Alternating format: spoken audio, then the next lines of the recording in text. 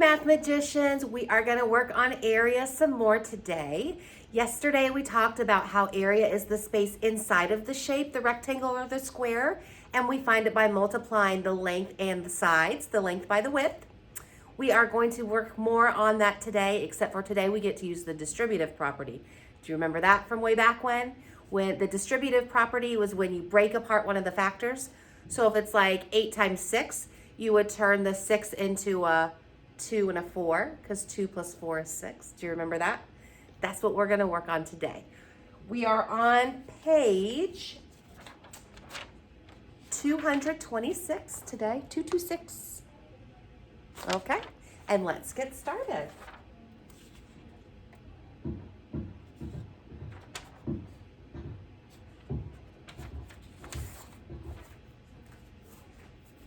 How can the area of rectangles represent the distributive property? Gina wants to separate this rectangle into 2 small rectangles. Yes, I do. Will the area of the large rectangle equal the sum of the areas of the 2 small rectangles? Will the amount of the 2 smaller rectangles equal the amount to the one big shape? We should know that, because we know the distributive property, just like the 6 times 8, we broke the 6 into a 2 and a 4, because 2 plus 4 makes 6. Use the distributive property to break apart facts to find the product. The area of the rectangle is 56 square units.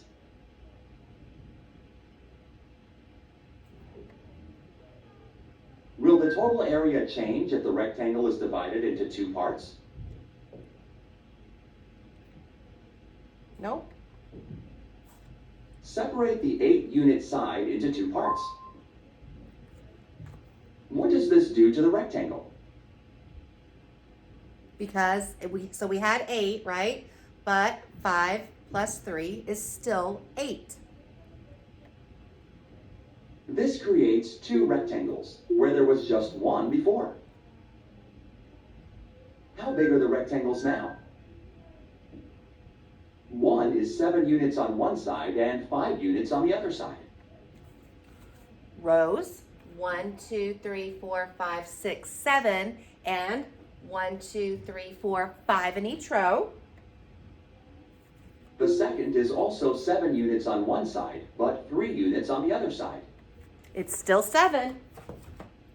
1, 2, 3, 4, 5, 6, 7, and then there's 3 in each row. So you could cover it up and count it that way, or cover that up and count it that way.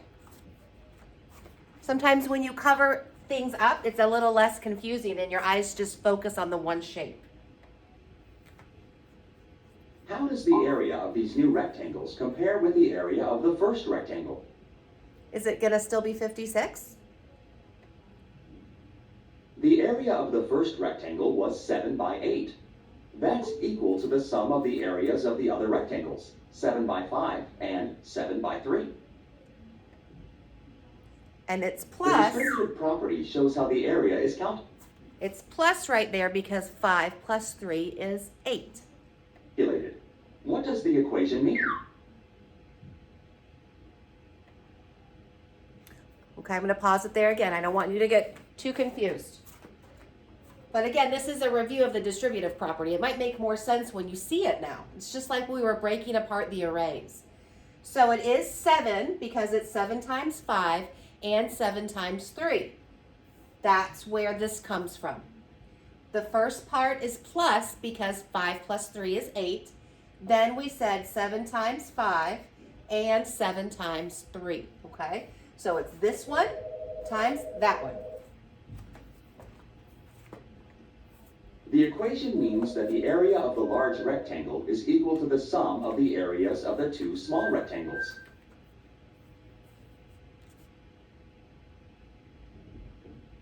Whee! The So let's see if it's 56. They didn't solve it all the way. I don't know why they didn't do that. 7 times 5 is, anything times 5? 5, 10, 15, 20, 25, 30, 35. 7 times 3. Anything times 3 is double it and then add it again to make it a third time, not just double. So that would be 14 plus 7 is 21. 35 plus 21. Yep, equals 56. The area is still 56 square units. They just split it apart, that's all. Okay, so let's look at our next page to do some more work, some more practice. Hopefully it's clicky and a little bit easier in your head, especially with the pictures. I like that. Okay. Let's just skip those two and let's focus on number 3. There's a lot of boxes to look at, so let's go over it slowly and hopefully it'll make some sense. So, we have our first shape and they have split that 5 into 2 and 3 because 2 plus 3 makes 5, right? We have 1, 2, 3, 4, 5, 6 rows. And how many columns do we have altogether? Do we have 2, 3, or 5 altogether? 5, it's 5 altogether. 2, 3, 4, 5. So so it's 6 times 5. Our first problem is 6 times 5, okay? Because it's 5 altogether. They've just split it apart. Now, we look at how they've split it apart. So that 5 now, the 6 is the same. They've split that 5 into 2 plus 3 because 2 plus 3 makes 5. Now, what are our 2 new problems? It is now 6 times 2, right? 6 times 2 and 6 times 3, right? So our problems are still 6 times 2 and then 6 times 3 because there's still 6 rows. Now it's just, like I said, covered up. Now it's just 2 columns or 3 columns, okay? So that's where that comes from. Why don't they have a place for us to solve it? We should solve it. 6 times 2 is 12 because it's a double. And we add it, that's 12, and then we're adding this, and then we get our whole shape. 6 times 3, anything times 3 is a double plus the other factor for that third time. So 12 plus 6 is 18. And then we add 12 plus 18. What'd you get? Do it. Don't wait for me to do everything. You should have gotten 30. Square, they don't have feet or inches. Square something. I don't know. I don't know why they didn't put it down there. Okay? Let's look at number 4. So what's our original problem? 5 times 4, 5 times 3, 5 times 7. 5 times 7. The whole thing is 7. 5 rows and 1, 2, 3, 4, 5, 6, 7 columns. So our original problem is 5 times 7. Now they've split the 7 into 1, 2, 3, 4 columns and 1, 2, 3 columns because 4 plus 3 is 7, right? So they've split it into 4 plus 3 is 7.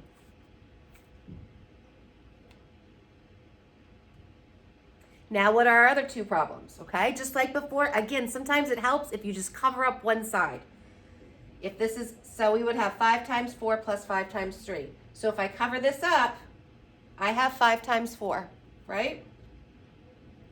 And if I cover that one up, I still have 1, 2, 3, 4, 5 rows, and now it's 1, 2, 3 columns, okay?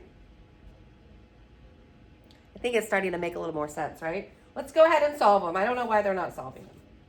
5 times 4, anything times 5, skip count by 5. 5 times 4, 20. So that is 20, and then we're going to add it to that. 5 times 3, 15. 20 plus 15, 35. Very good. So if I want to check my work, I can go back to my original problem, 5 times 7. 5 times 7. 5, 10, 15, 20, 25, 30, 35. It's 35. We just split it apart. Let's do another. Okay. What's our original problem? 3 times what? The whole thing is 3 times 8. 1, 2, 3 rows and 1, 2, 3, 4, 5, 6, 7, 8 columns. So I'm still sticking with my first number. My first factor is 3. And they have split my 8 into 4 and 4, because 4 plus 4 makes 8, right? 4 rows, or 4 columns, 1, 2, 3, 4, and 4 columns, 1, 2, 3, 4. So 3 times 8 turns into 3 times 4 plus 4, because 4 plus 4 makes that 8.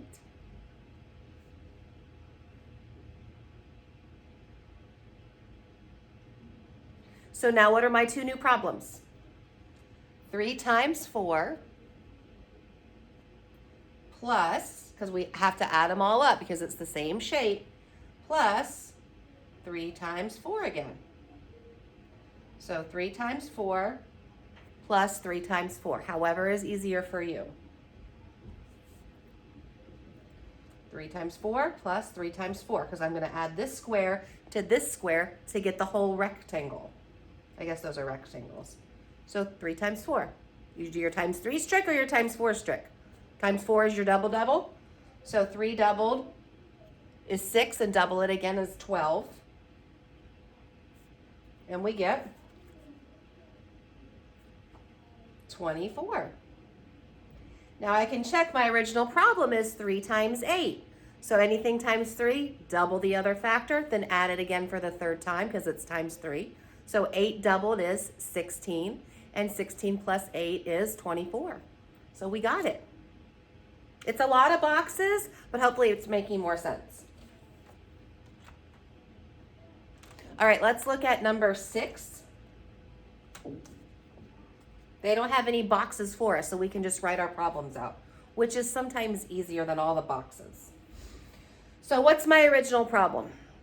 I know area is length times width, so it's 4 times 6. And they have split the 6 because it's 1, 2, 3, 4, 5, 6. They split the 6 into 2 and 4 because 2 plus 4 makes 6. So now my problem would be 4 times what? 4 times 2, and then 2 plus what? 4, right? Because 2 plus 4 makes 6. So they just split that 6 apart. Then my new problem turns into 4 times 2. There's 4 times 2 plus 4 times 4.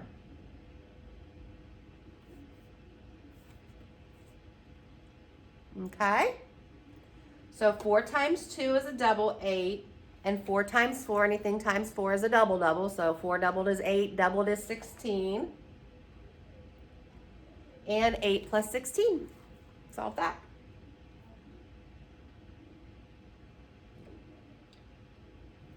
$24. Is 4 times 6 24? Anything times 4 is a double double. 6 doubled is 12, doubled is 24. We got it. Okay? Hopefully that makes a lot more sense. We will check later. Your job right now for independent work is you're going to work in your additional practice workbook. This would be like your homework book, okay? It's the black and white one. You're going to go to page 77, And you're just going to complete 1, 2, 3, and 4.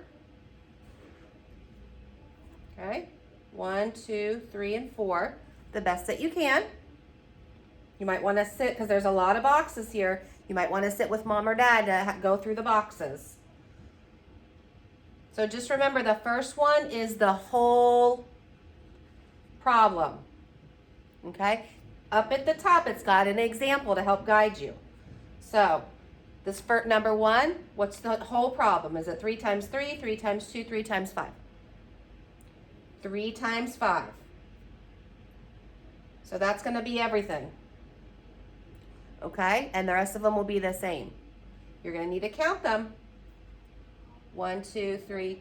That side is 4. 1, 2. There's 3. 1, 2, 3. There's 4. What's the whole side? The whole top? 3 plus 4 is 7. So it would be 4 times 7. Okay? Hopefully that helps. On the back, you are going to have a discussion post on number 8. So turn it over, or number 9. Okay? Turn it over. Number 9 is your discussion post. Okay? All right. Distributive property, break it apart, work through it slowly, and you can have it, and we'll check later.